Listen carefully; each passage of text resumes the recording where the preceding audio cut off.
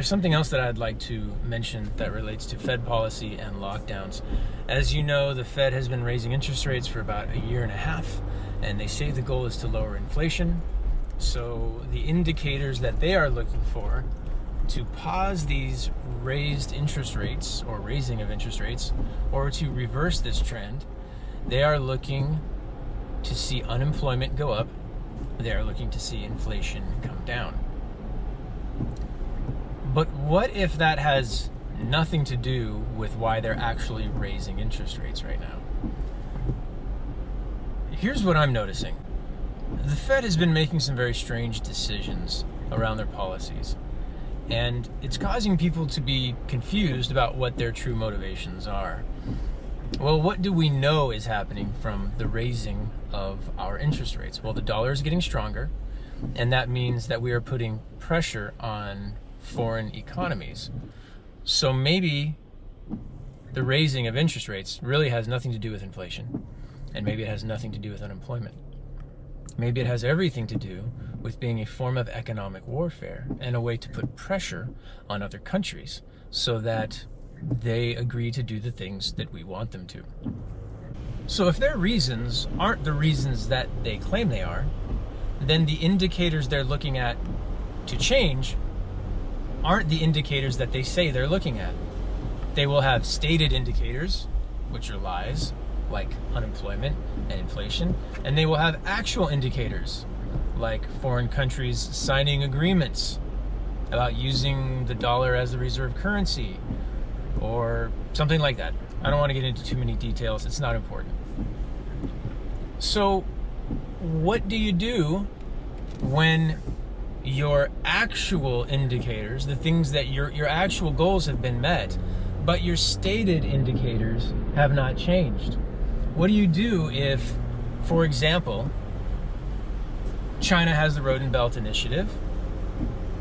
Let's say the US is saying, you know what, we're going to keep interest rates strong and destroy your real estate market by making the dollar so strong that your real estate companies can't afford to pay back their dollar-denominated debt, because exchanging out of the Chinese yuan into the US dollar to pay that debt is prohibitive for them.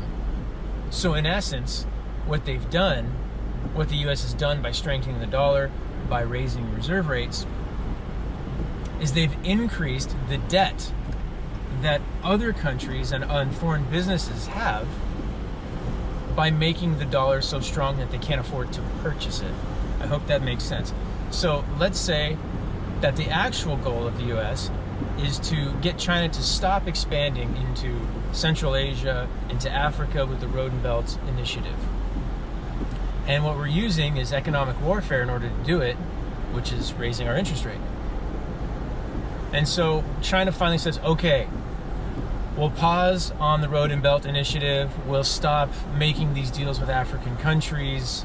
Please lower your interest rates again so that the dollar is weak, so that our economy can be strong again, so that our manufacturing picks up again, so that our real estate companies can afford to pay their debt and don't go bankrupt. And so the Federal Reserve says, fine, all right, we'll change our policies.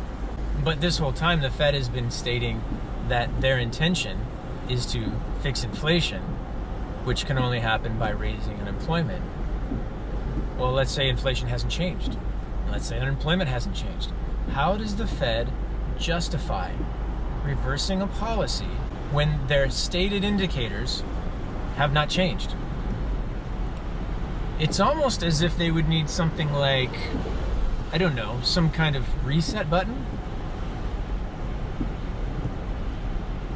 I think it's very possible that the Fed wants to change their policy because they're at the verge of getting the agreements with other countries or creating bankruptcies in other countries. The point is that they're about to win this battle in the economic warfare arena. And so they want to relax the pressure that they're putting on other countries. But they can't do that if their stated indicators haven't changed. But they can do that if their stated indicators haven't changed if they have lockdowns. Then suddenly all bets are off and, oh, wait a second, we didn't see this coming. You know, Department of Health and Human Services. We're not the NIH.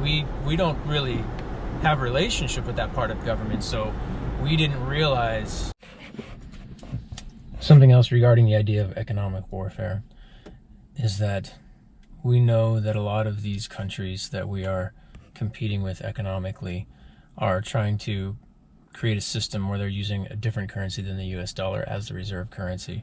So time is of the essence. Our ability to push people around in the world via the US dollar and our interest rates, well, it's coming to an end, or it's beginning to weaken. So the US government only has so much opportunity to play this card, and time is short.